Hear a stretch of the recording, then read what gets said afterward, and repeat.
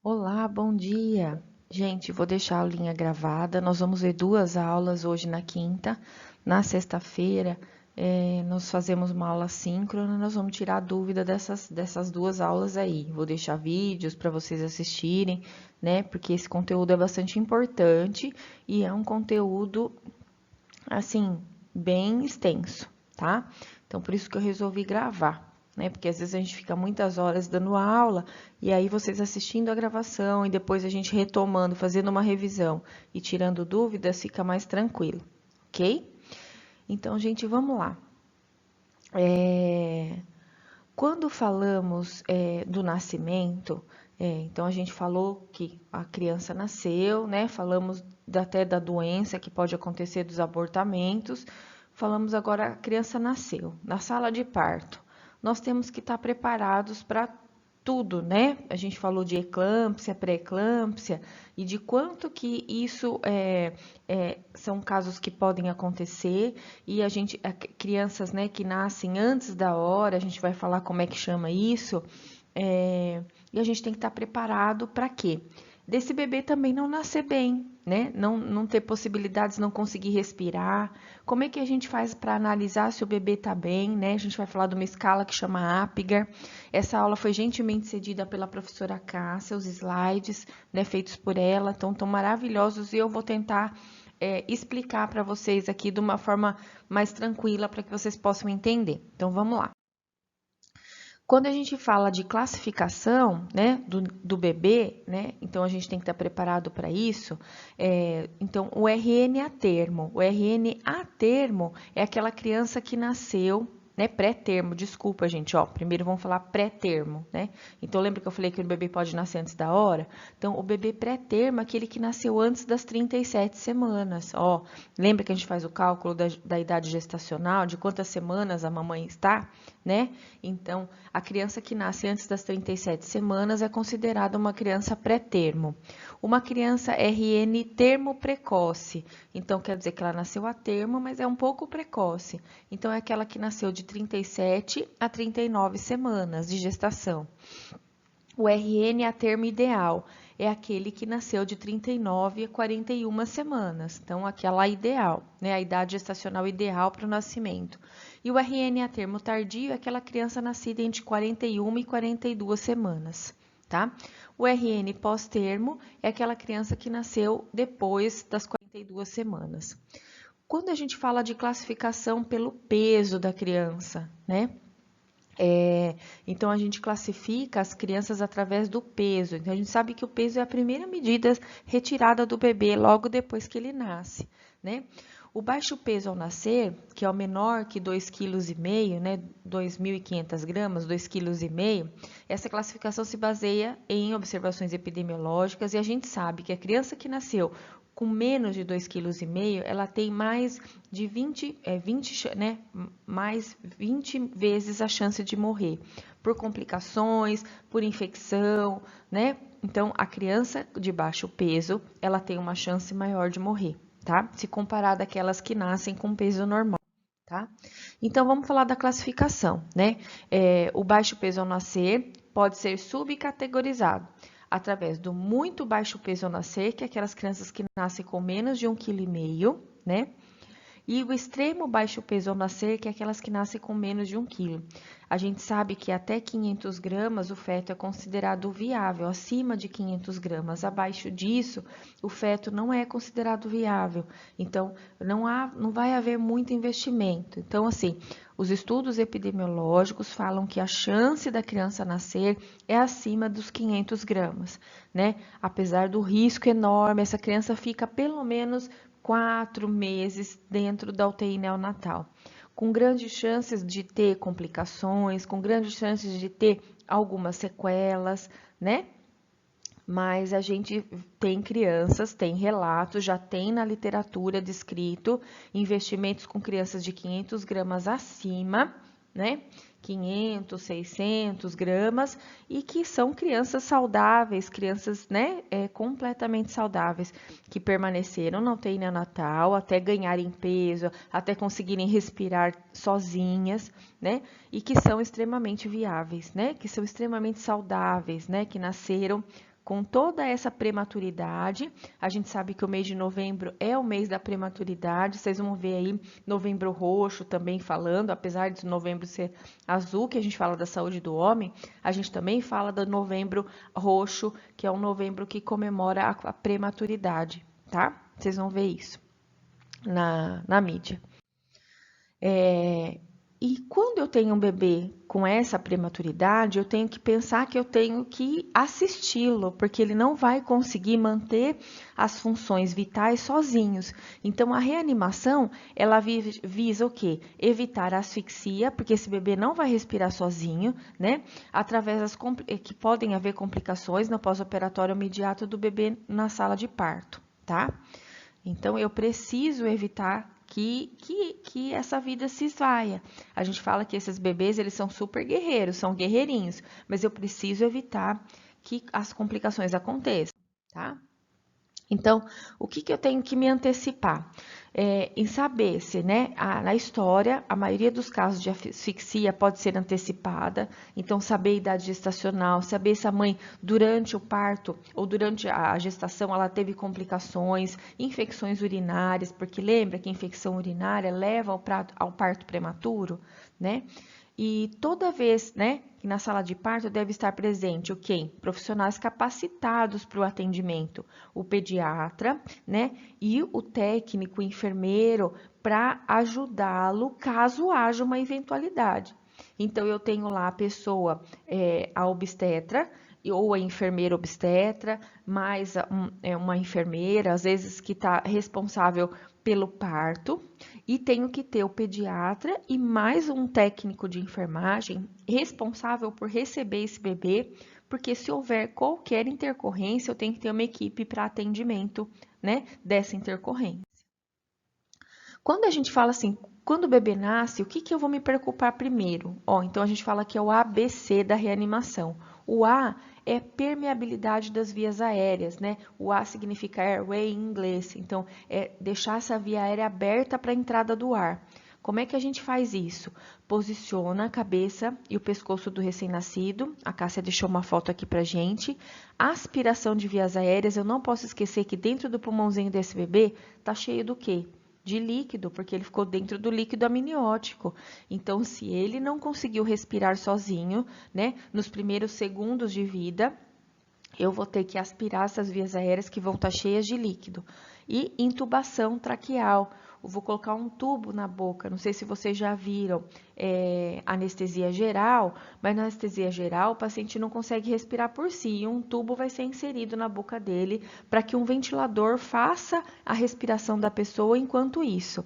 Isso vai acontecer também na reanimação neonatal. Se o bebê não respira, eu vou ter que introduzir um tubo. O tubo do bebê, do recém-nascido, é diferente do adulto, porque o tubo do adulto, eu vou colocar fotos para vocês depois também, ele tem um cuff, o do bebê não tem, tá bom? Então, eu vou colocar um tubo e vou ligar a paciente, né, esse bebezinho, a um ventilador mecânico, ou eu vou fazer um ambuzar do paciente. A gente tem um ambu que a gente vai apertando e vai mandando ar para o pulmãozinho desse bebê, ok?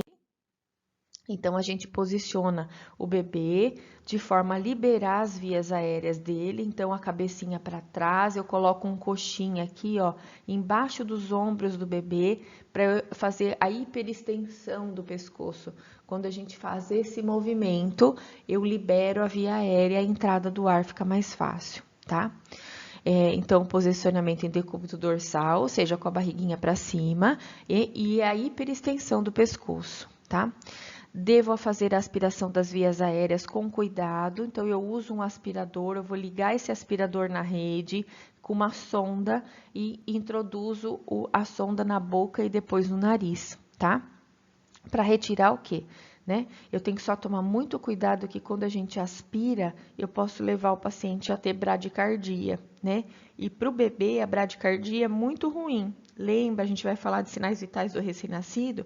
Os sinais vitais do recém-nascido, o coraçãozinho do bebê, ele bate em torno de 120 a 140 a 150 batimentos por minuto, tá? Então, eu causando bradicardia nele, eu posso prejudicar também a parte cardiológica e a perfusão do cérebro. Toda vez que o coração bate devagar, lembra que o coração, quando ele bate, ele ejeta sangue, ele manda sangue para o resto do corpo, né? Se ele começa a bater devagar, ele deixa de mandar sangue para algumas áreas do corpo. E o cérebro não pode ficar sem sangue. Sem sangue significa sem oxigênio e a gente pode ter o que a gente chama de hipóxia cerebral, né? Isso no bebê é muito ruim. A gente sabe que isso pode levar a sequelas permanentes, tá? Então tá aqui, ó. A gente tem uma borrachinha que eu ligo lá na rede, que eu ligo no vácuo e eu abro esse vácuo e aí o vácuo vai fazer, né? Vocês vão ver esse barulho na sala de parto porque ele vai sugar, né? Então eu faço aspiração de boca e nariz. Aqui tá uma foto que a Cássia deixou pra gente da maneira correta de se colocar máscara no paciente, pra gente vedar a via aérea dele, pra gente fazer o quê? Ambusar, né? A máscara, ela tem que vedar o nariz e a boca e o queixinho ficar fechado, né? Essa é a posição correta da máscara. Aqui, ó, vocês vão vendo que é uma máscara muito pequena e aqui eu tô vendo uma máscara grande que vai escapar a ar aqui. Então, eu tenho que fazer a vedação completa, tá? Então, isso para fazer ambusar, para fazer respiração do bebê. Então, A, abrir via aéreas. B, fazer o quê? Respiração, breathing, que é respiração, tá? Então, a gente estimula tátil. O que é estimular tátil? Vocês vão ver alguns vídeos, a gente faz estimulação de sola do pé e faz estimulação nas costas, né? Então, eu faço um esfregaço. Vocês vão ver se o bebê não respira, né? Logo nos primeiros segundos, a gente faz essa massagem, né? Para fazer forçar a saída desse ar, a saída do líquido e entrada do ar, né? O parto normal, ele já faz essa massagem, porque quando o bebê tem que passar pelo canal vaginal, ele já faz um aperto na canal vaginal, e isso já é uma massagem no pulmãozinho do bebê, já é um estímulo para que quando ele saia, ele respire, né? No parto cesárea a gente não tem isso, então se o bebê demora a respirar, a gente faz essa estimulação tátil. E aí eu posso fazer a ventilação com pressão positiva. Vocês vão ver, a gente vai usar o ambu, né? O ambu com a máscara, aqui vocês estão vendo no bebê, ou se o bebê não respira, logo depois de usar o ambu, o médico já vai falar assim, vamos optar pela intubação, tá? E aí a colocação da cânula na gargantinha do bebê, né? Na traqueia do bebê, aí para que ele possa ter um suporte de respiração. Olha aqui, vocês estão vendo a bolsa, a máscara, né? O ambu conectado no oxigênio, né? Porque eu preciso ofertar oxigênio para esse bebê. A máscara vedando nariz e boca de forma completa. E aqui o médico segurando para depois apertar, né? Ele vai apertar essa bolsa, máscara aí, ó. E fazer com que haja a entrada do ar, tá? Para o bebê. Então, falamos do A hipermeabilidade das vias aéreas, do B é a respiração, é fazer respirar pelo bebê, e o C é a circulação, né? E aí, vocês estão vendo a mão aqui da pessoa? A gente vai abraçar o bebê e a massagem cardíaca no bebê se dá com os meus polegares, tá? Então, eu vou apertar o externo do bebê, o apêndice xifoide, né? Que é o osso do externo. O osso do externo tem uma protuberância lá embaixo. Eu vou apertar isso aqui de forma a fazer a compressão. Na verdade, quando a gente aperta o externo, a gente aperta e solta. A gente faz como se fosse o movimento de sístole e diástole. Então, quando eu aperto, eu faço sístole. Quando eu solto, eu tento com que o sangue saia do coração e vá para o resto do corpo. A massagem cardíaca nada mais é do que isso, tá? Então, a massagem cardíaca é importante. E aí, algumas medicações que o médico vai pedir para ver se o coraçãozinho volta a bater ou começa a bater por si só, sem precisar de um suporte. Quais são os medicamentos que se usam durante a reanimação? Adrenalina, né? E você dilui 1 ml, 1:9, e o médico vai mandando você fazer. A cada 2 minutos se faz 1 ml, tá? O bicarbonato, se usa soro, pensar que eu não ponho uma bolsinha de soro num bebê, né? Geralmente a gente usa 10, 20 ml só de sorinho para expandir aquele corpinho, né? Tão pequeno. naloxone ou Narcan, que é uma medicação que faz com que a criança acorde e às vezes, né, tenha uma certa agitação para que ele possa respirar sozinho. Dopamina é uma medicação que ajuda o coração a bater, né, de forma eficaz. Também se usa 10 ml, né, se dilui, se coloca numa bomba seringa, né? Atropina, que se usa também numa diluição de 1 para 9, e o soro glicosado, tá? Que se pode usar nesse momento. Então, esses são alguns medicamentos que vão estar dentro de um carrinho, geralmente a gente fala que é o carrinho de parada, dentro da sala de parto, que é necessário, ok?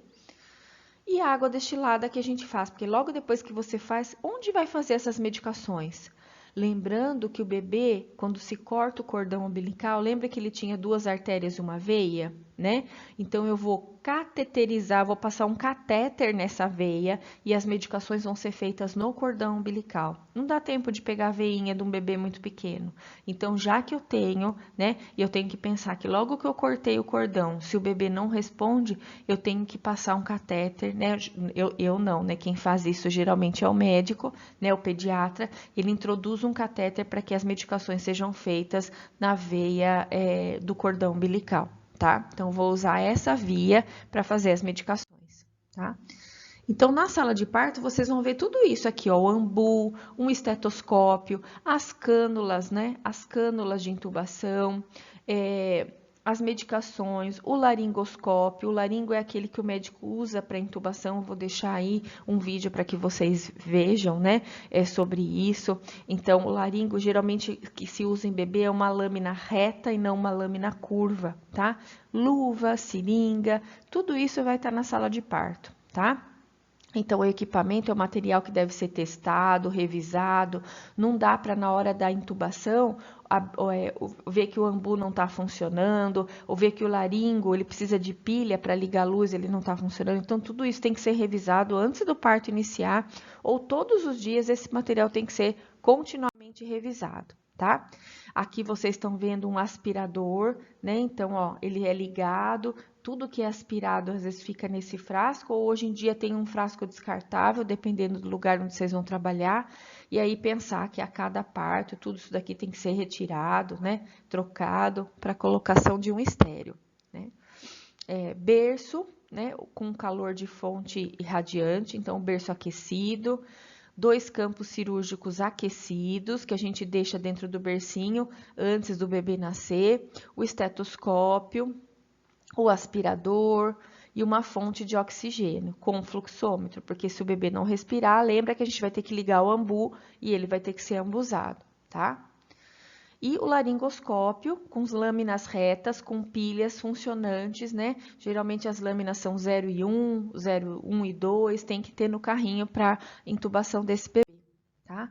O ambu, olha aqui, o ambu que é tão importante, ele tem que ter um reservatório. Isso daqui vai sair um fiozinho daqui que vai ser ligado aonde? No oxigênio, porque essa bolsa aqui, ela se enche de oxigênio e cada vez que eu aperto, eu mando oxigênio para o bebê, tá?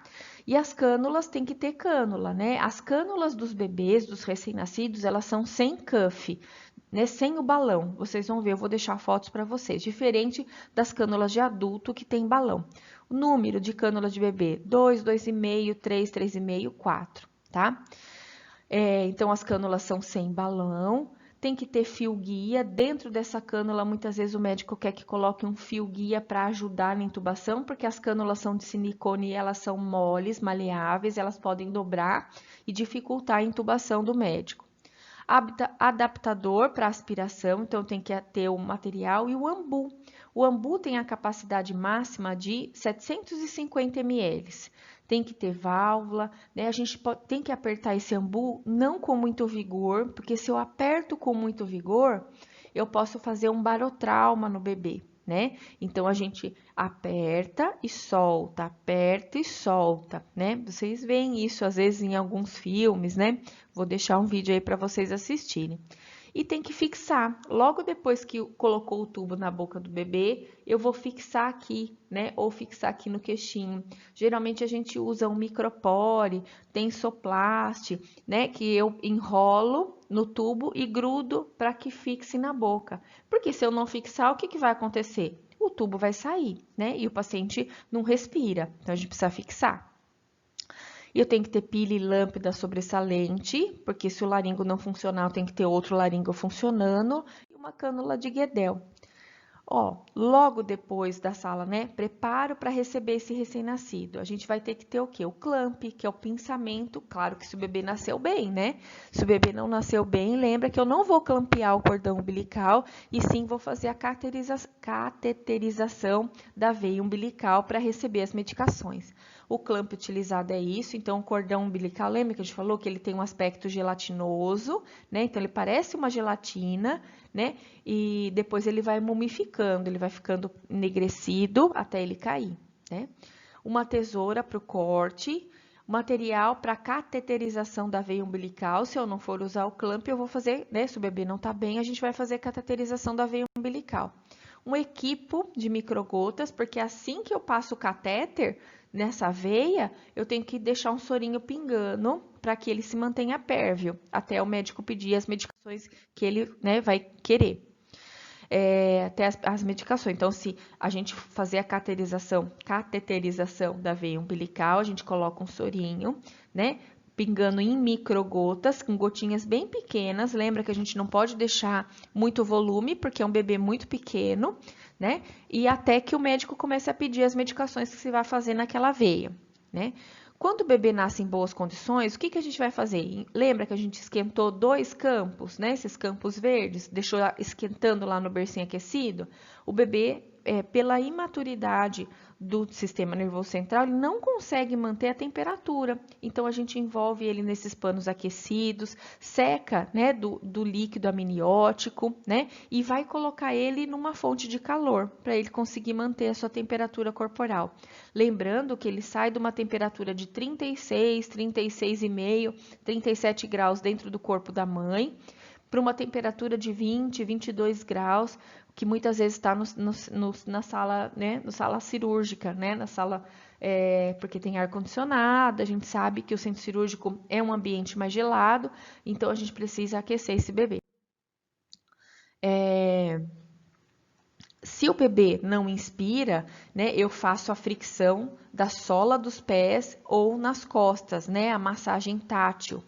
A avaliação da respiração, da cor, da frequência cardíaca, a gente vai ver que tem uma escala para avaliar a cor do bebê, a frequência cardíaca, o clampeamento, se ele nasceu bem, definitivo do cordão, e a aplicação. Vocês vão ver que a gente faz a aplicação de nitrato de prata 1%. Hoje em dia, em alguns lugares, isso é considerado uma violência, mas o nitrato de prata, vamos supor, se a mulher ela não teve detectado gonorreia ou qualquer doença sexualmente transmissível e ela passou pelo canal vaginal, ela impede a infecção da córnea. Então, você faz a aplicação de um colírio de nitrato de prata para evitar essa infecção, né? Então, é protocolo em muitas maternidades. Em alguns lugares, isso não é considerado violência obstétrica, e sim um tratamento, né?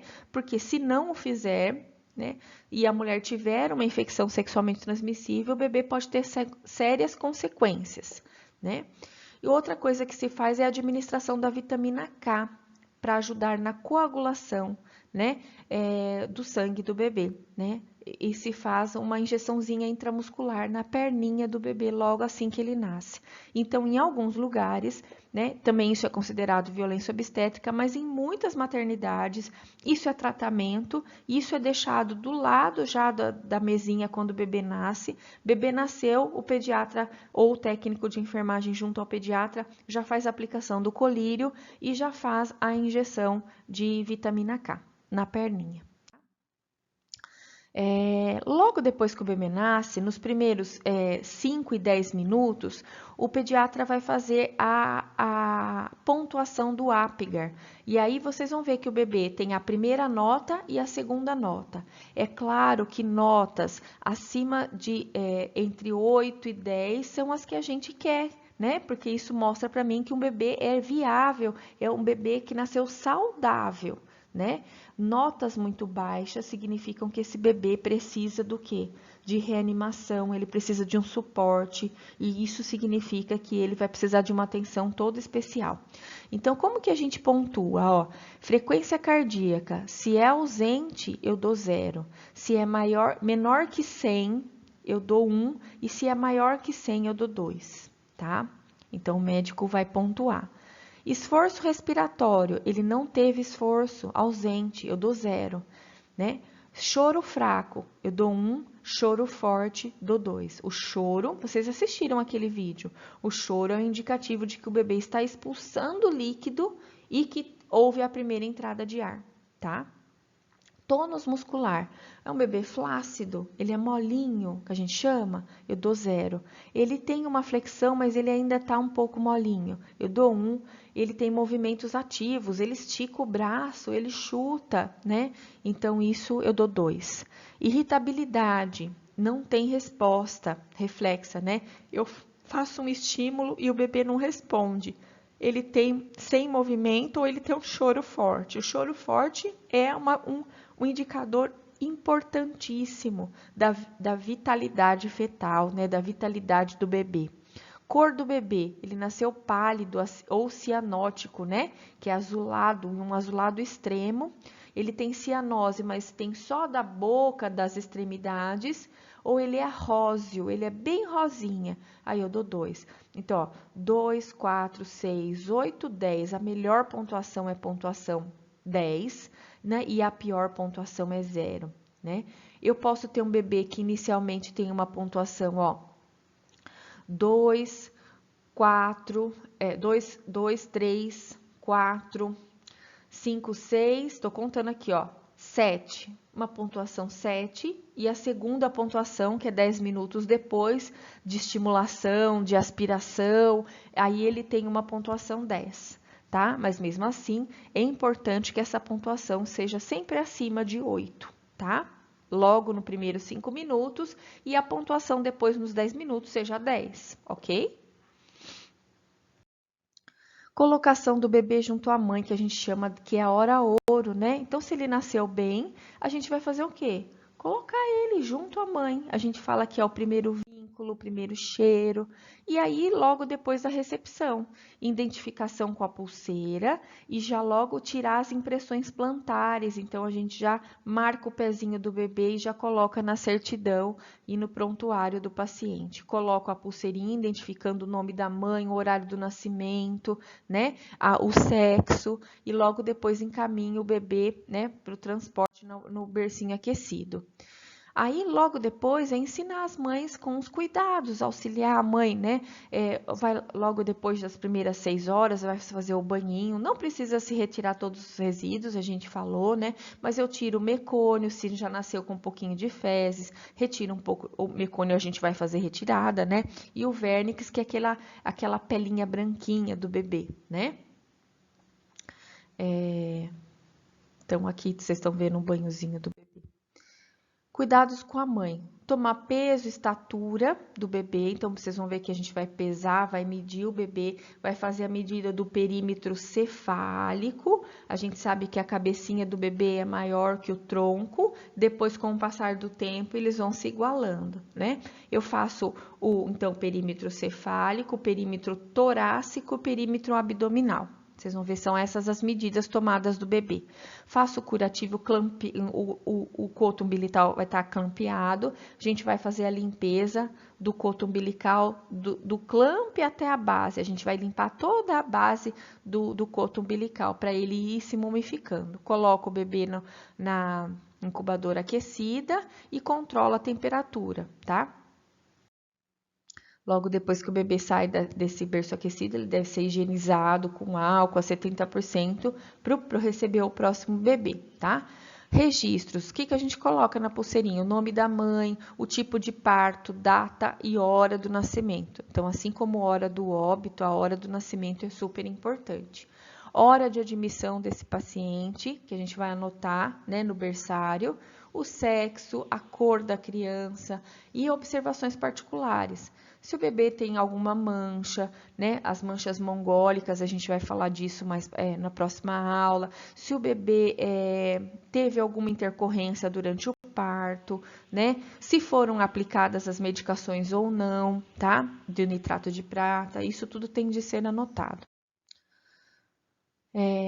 Está corretamente paramentada, né? A enfermagem vai estar com avental dentro da sala de parto, preencher os papéis de forma correta, prestar muita atenção, né, na identificação do bebê, né, na impressão plantar, checar a identificação do bebê continuamente para evitar as trocas, né? Gente, isso aí é um erro gravíssimo, né? Trocas de bebês,